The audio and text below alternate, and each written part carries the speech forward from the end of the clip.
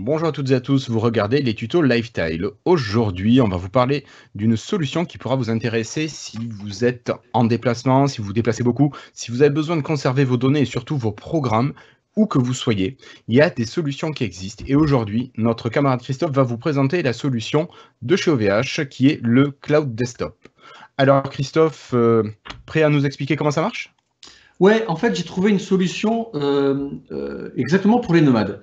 L'idée, c'est d'avoir un Windows 10 qui va être dans le cloud. J'entends par là que sur mon PC, si j'ai mes données, mes logiciels, donc des logiciels Win32, des logiciels de bureau, si je veux aller ailleurs, alors avec mes OneDrive ou Dropbox, je vais avoir mes données, mais je serai toujours obligé avec ma tablette, si je suis en déplacement n'importe où, d'avoir mon logiciel, d'accord?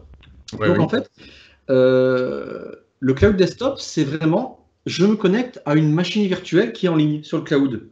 Je vais vous faire voir comment ça marche. En gros, l'idée, c'est que je vais pouvoir accéder à ce window-là depuis mon navigateur ou depuis un logiciel qui va s'appeler VMware. D'accord, vous connaissez peut-être de nom, c'était assez Des connu. machines virtuelles. Toutes les machines virtuelles. Donc, il y a un client qui va exister en fait sur mon PC ou les PC. Et en fait, je vais avoir un Windows Server. Donc, peu importe, il ne faut pas avoir peur du Windows Server. C'est juste un Windows qui a des systèmes d'administrateurs, mais c'est une version qui va être limitée, préinstallée par OVH. C'est-à-dire qu'en fait, on va avoir directement des. Il va être prêt à l'emploi. Allez, on regarde tout de suite.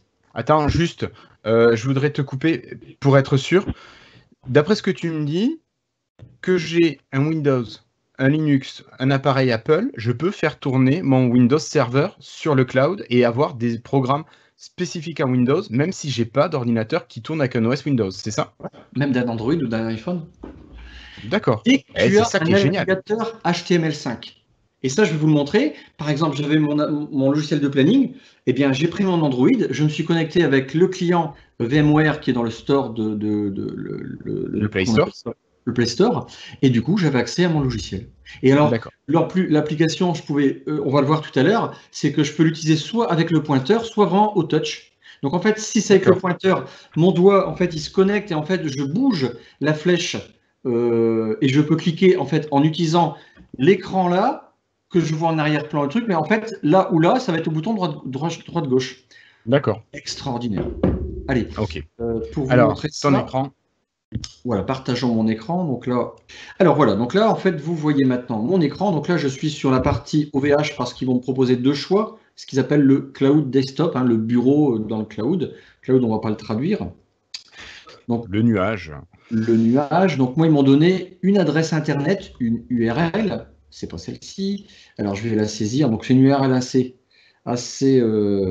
tordue. Pas besoin de mettre le HTTPS.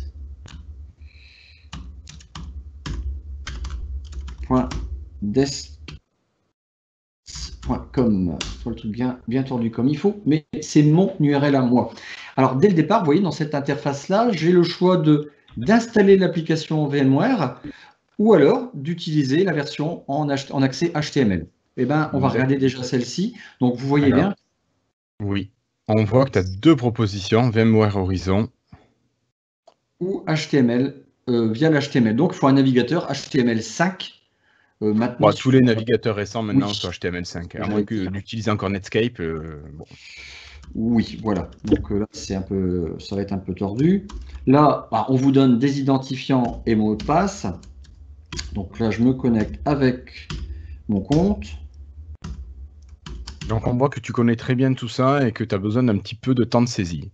Voilà. Et bien voilà. Donc là, qu'est-ce que je retrouve ici? Mes données. Donc je vais aller sur mon ordinateur qui s'appelle Winbase 8, peu importe son nom, puisque tu peux avoir un parc de logiciels. Tu peux en fait aussi créer temporairement des comptes pour les autres. Donc c'est-à-dire, moi, j'ai besoin d'accéder à ta machine. Tu viens travailler avec moi un mois. Tu viens travailler un mois avec moi, je te file un compte. Alors, je le paye, hein, bien sûr. D'accord. Mais dans un mois, je libère.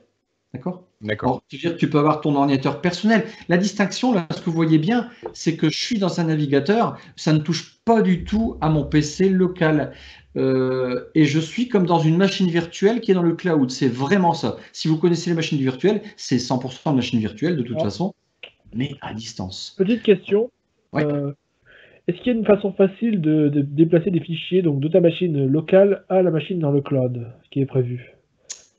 Non, en fait, tu vas pas pouvoir parce que il va pas y avoir de drag and drop comme on connaît avec les machines virtuelles existantes quand tu as du PC à la machine virtuelle qui est dedans.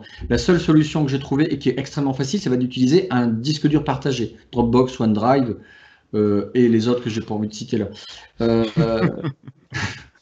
Alors, quand vous avez une machine virtuelle, là, maintenant, si on regarde à nouveau l'écran, si on peut le repartager. Oui, je le remets. Par défaut, ils ont installé LibreOffice, qui va quand même très très bien. Ils ont installé Adobe Reader, que moi j'ai désinstallé. Ils ont installé 7zip, que je trouve totalement inutile sur Windows 10, parce que par défaut, il sait compacter et il sait ouvrir un fichier zip. Mais pas rare et compagnie. Voilà. Oui, mais tu mets WinRAR, c'est mieux. Oui, non, mais ça va très très bien. En fait, c'est une machine de base, quoi. VLC et Firefox. Parce que il n'y a pas Edge sur Windows Server. Il n'y a pas du WP en fait, je crois, de mémoire. Ouais, t'as pas de store, t'as pas de tout ça. Ils ont viré tout ça, ouais.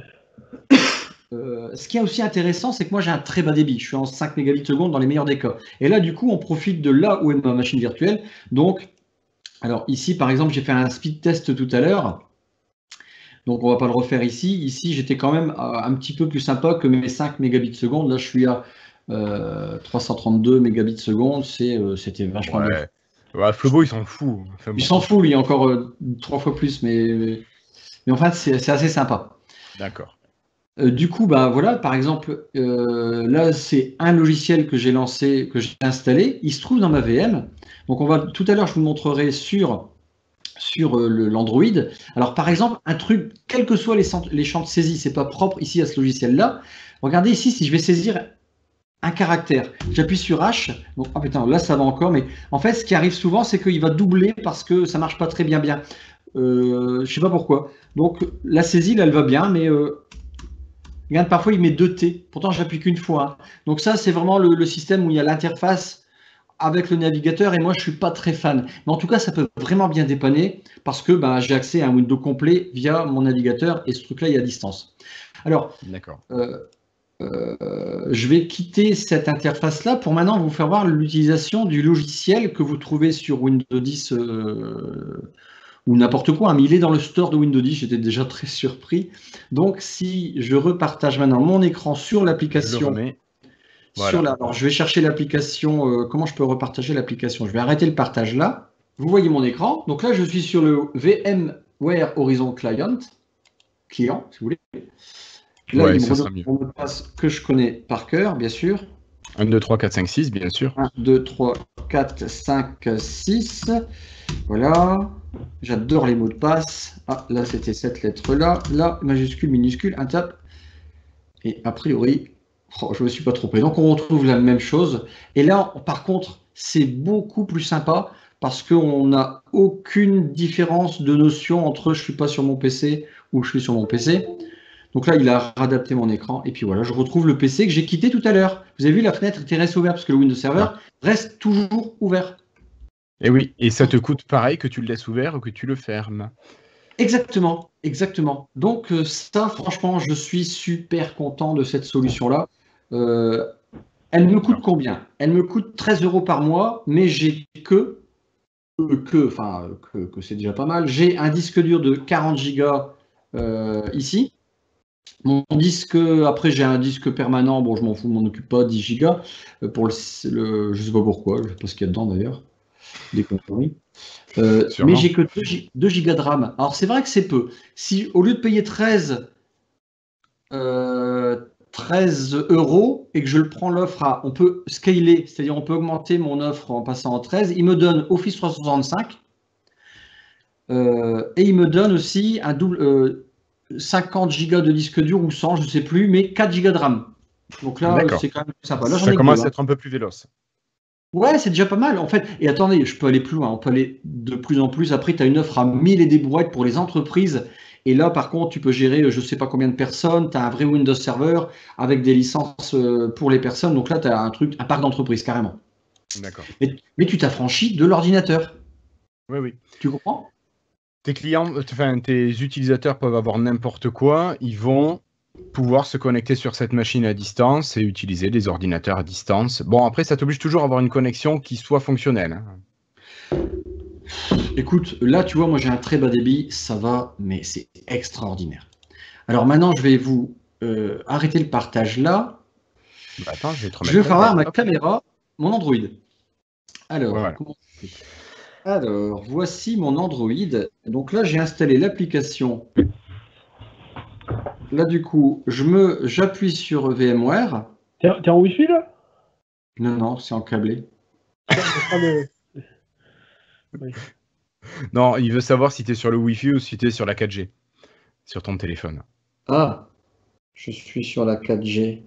C'est Donc très là, bien, comme ça soulage ta connexion ADSL. vous remarquerez que alors, je vais mettre bien sûr l'écran qui bouge tout seul, parce que ça, je l'enlève constamment.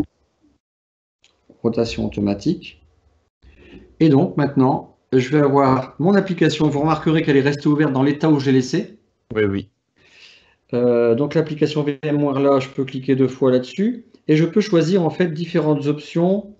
Par exemple, au niveau du touch du pad. Vous voyez que là, en fait, je vais pouvoir maintenant, c'est la souris que je bouge. Ah ouais. Alors là, par exemple, il faut cliquer 2 fois pour aller là, donc je clique ici 2 fois, la gauche de mon écran, vous voyez? Ouais, ouais. Et sincèrement, c'est jouable. Hein. Je veux dire, quand je dis c'est jouable, hop, c'est un clic ici, j'ai vraiment en fait tout mon système, tout mon bureau installé. Et comme ça, tu peux retrouver Windows sur un Android. Exactement. Et franchement, vous pourriez être bluffé. Alors, je vais arrêter mon partage parce que là, je tremblote. Ça doit être l'âge. Alors, qu'est-ce que vous en pensez? Eh bien, moi, je trouve ça vachement intéressant. Après, il faut avoir l'utilité d'un ordinateur que tu balades avec toi. Pour ma part, c'est pas vraiment quelque chose que j'utilise. J'ai ma surface qui me suffit. Je peux installer tous mes programmes dessus. Pour les données, après, je vais avoir mon OneDrive ou un Dropbox pour accéder à ce que j'ai en stockage. Mais bon, moi, je suis pas spécialement intéressé, mais je comprends qu'un professionnel qui a des besoins spécifiques de logiciels puisse avoir cette machine justement qui transporte où qu'il soit, chez un client, chez lui, à droite, à gauche. Voilà. Je sais pas ce que toi t'en penses, Flobo. Ouais, j'en pense que moi je peux faire ça tout seul avec mon serveur localement. Oui, parce que tu as la fibre, oui, effectivement. Voilà. Je suis d'accord, mais moi je pensais aux gens qui n'y connaissent rien. Oui, La non, mais je troll. d'installation, elle est exemplaire. Il n'y a rien à faire. Bien sûr, vous payez, vous pouvez annuler quand vous voulez. Il n'y a pas d'engagement à 1 an. Tu as un engagement au mois, quoi. Tu commences ton mois, tu finis ton mois, basta. Exactement. Donc, moi, par exemple, là, j'ai pris ça pour 1 mois pour tester, pour m'amuser, mais au prix, franchement, je vais le garder parce que je vais peut-être m'en servir en démo. Pour les entreprises, les artisans, les gens qui sont seuls, en fait, qui ont un besoin ou ils ont des logiciels qui parfois. Il n'y a pas de location de logiciels quand c'est comme ça. Il y a des grandes entreprises qui vont vous dire, bah voilà, il faut payer tous les mois pour avoir un accès sur des applications cloud. Là, non, tu as un logiciel. Alors, je vais dire une bêtise. Tu as ton logiciel avec ta licence et tu te débrouilles. Exactement. Donc, en fait, tu vas me dire, ouais, mais 13 € par mois, allez, on va prendre l'offre à 20 € quand même. Moi, tu as 4 gigas, tu as Office 365, l'air de rien. Mais t'es tranquille, quoi. Et puis, tu peux scaler. C'est ça que demain, tu dis, bah, ton entreprise, elle augmente. Voilà. Donc, oui, d'abord, c'est peut-être pas fait pour le particulier, parce que 13 € par mois pour un particulier, ça peut piquer. Bah, ça dépend si tu en as l'utilité, vraiment. Moi, je vois clairement, c'est pas quelque chose dont j'ai besoin. Je pourrais les mettre si ça répondait à un besoin, mais là, clairement, ce besoin, je ne l'ai pas. Donc, mais je comprends que tout à fait le professionnel qui va investir là-dedans parce que ça répond à un besoin pour lui. Ouais, voilà. Alors, chez OVH, ce qu'ils ont fait, pour moi, ce que je trouve bien, c'est vraiment le côté simple de la chose.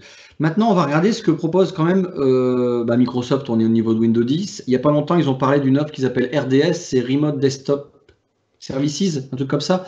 Bon, ça existe depuis. Sûrement, ouais, ça doit être Services, ouais. Ils en ont parlé il n'y a pas si longtemps que ça, mais quand on va aller sur le portail d'Azure, bah écoutez, vous allez juger par vous-même. Tu repartages ton écran ? Je vous repartage mon écran de suite. Tac. Je maîtrise maintenant. Alors, là, je vais me connecter. Vous voyez mon écran?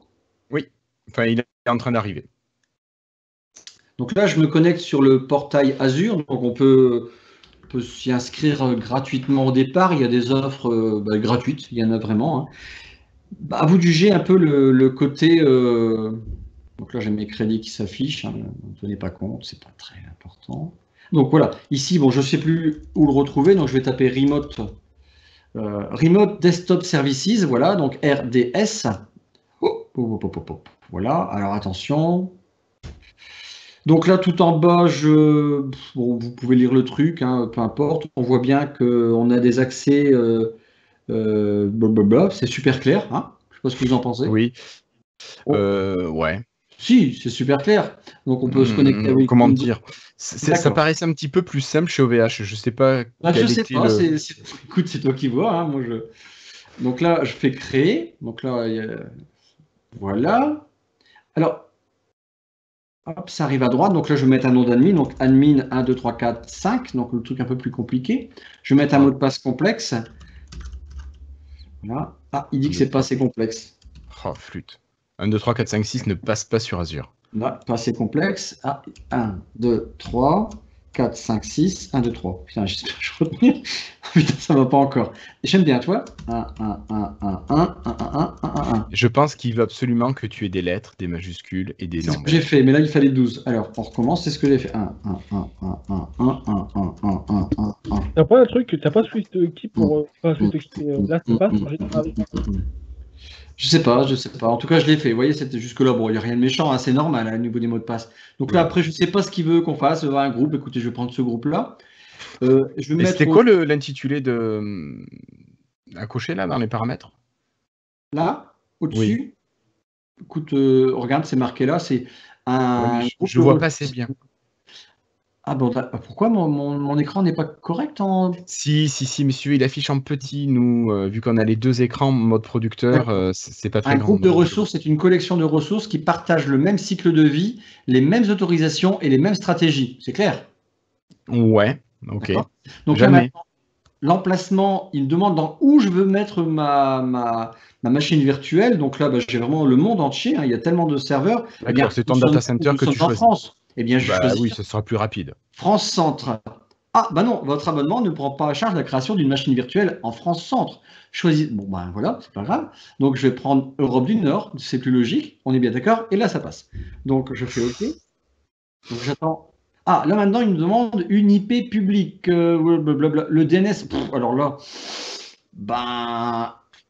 Déjà, là, ça y est, tu es au niveau 800, tu as claqué tous les artisans qui auraient pu vouloir utiliser ça, ça y est, ils ont dit c'est bon, laisse tomber, c'est pas pour moi cet outil. Voilà, bon, est-ce que ça mérite que je continue? Non, je ne vais pas m'attarder sur ça. Je pense que tu as réussi à montrer, montré que quand même c'était relativement complexe et que c'était pas à la portée de n'importe qui de gérer un remote desktop services sur Azure. Et puis tu nous avais dit qu'on payait à la minute, non? Ah oui, alors en plus, oui, il faut penser toujours à fermer sur Azure. Pour les ordinateurs virtuels, il faut penser constamment à les fermer, parce que sinon, ça tourne, la facture, elle tourne. Si vous voulez, maintenant, vous voyez à nouveau mon écran ou pas? Attends, je le remets. Je suis repassé sur comment faire avec OVH. Ouais. Normalement. Ah oui, voilà, oui, c'est bon, on est là. Donc là, en fait, je vais commander mon bureau virtuel. Donc là, j'ai 4 offres. Et c'est des tarifs fixes. D'accord? Moi, j'ai pris la première à 13 € pour un abonnement mensuel. Et c'est tout compris. Et ma machine reste ouverte, allumée. Je ne paierai pas plus. Je ne vais pas payer parce que j'ai envoyé autant de données, puisque sur Azure, vous allez payer l'entrée ou la sortie de données. Je crois que c'est l'entrée des données, la consommation de data en entrée, je crois. Peu importe. Et là, vous voyez, je pourrais prendre la deuxième. Si je fais commander pour la première offre, blablabla. Donc là, j'ai 3 étapes. Récapitulatif. Déjà, c'est plus court. Bon. Paiement, confirmation. Si j'ai un code promo, et si je fais paiement, c'est la deuxième étape. Là, il va me demander ceci, cela. Alors bien sûr, là, c'est les conditions générales, blablabla. Normal, bon, je fais mes machins, et bon, je ne vais pas valider parce que je l'ai déjà, vous comprendrez. C'est tout. Alors, là maintenant, quand je suis dans mon compte utilisateur de chez OVH, je retrouve mon cloud desktop. Alors, je peux le redémarrer, parce que c'est un Windows Server, ça s'éteint pas en fait. D'accord? Changer le mot de passe, accéder à la console, réinitialiser. C'est-à-dire que là, ils me remettent la machine virtuelle dans l'état où je l'ai eu toute neuve. Ah ouais. D'accord? Augmenter mon offre ou l'arrêter, parce que je peux l'arrêter quand je veux. Alors, à droite, vous ne voyez pas, c'est flouté, mais il y avait un peu mes codes d'accès. Et donc là, en fait, après, je peux migrer. Du coup, d'avoir une RAM à 4 avec un CPU à 2 cœurs, etc., etc. Alors, il y a une machine très très chère en commande, c'est quand on demande une carte graphique un peu du tonnerre de Dieu, quoi. Ouais. Et il faut vraiment changer d'offre, mais à un niveau au-dessus, là. D'accord. Bref, c'est tout ce que je voulais montrer, voilà, ça s'arrête là. Donc moi, pour résumer, sincèrement, pour ma conclusion perso, c'est idéal pour vraiment les petits artisans, les gens qui sont nomades, qui n'ont pas qu'un bureau, qui veulent travailler de la maison, qui veulent travailler de chez ma tante Germaine. C'est nickel chrome avec ses logiciels en dur et on n'a pas besoin de payer d'abonnement sur autre chose. D'accord. Bah écoute, merci beaucoup Christophe pour tout ça. Je sais pas si Florian, tu veux rajouter quelque chose? Non, je pense qu'on a fait le tour. Ouais. Bon. Bah écoute, si c'est bon pour toi, moi je vous propose de clôturer ce tuto. Donc voilà les amis, c'est tout pour aujourd'hui. J'espère que cette vidéo vous aura plu et que ça vous aura aidé. Si c'est le cas, prenez un instant pour mettre un pouce bleu en l'air. C'est juste là, sous la vidéo. N'hésitez pas à la partager avec vos amis, vos connaissances, à vous abonner si ce n'est pas déjà fait. Ça soutient la chaîne et puis ça fait bien plaisir. Et je vous dis à très bientôt, à une prochaine vidéo. Salut Christophe, salut Florian et salut tout le monde. Salut.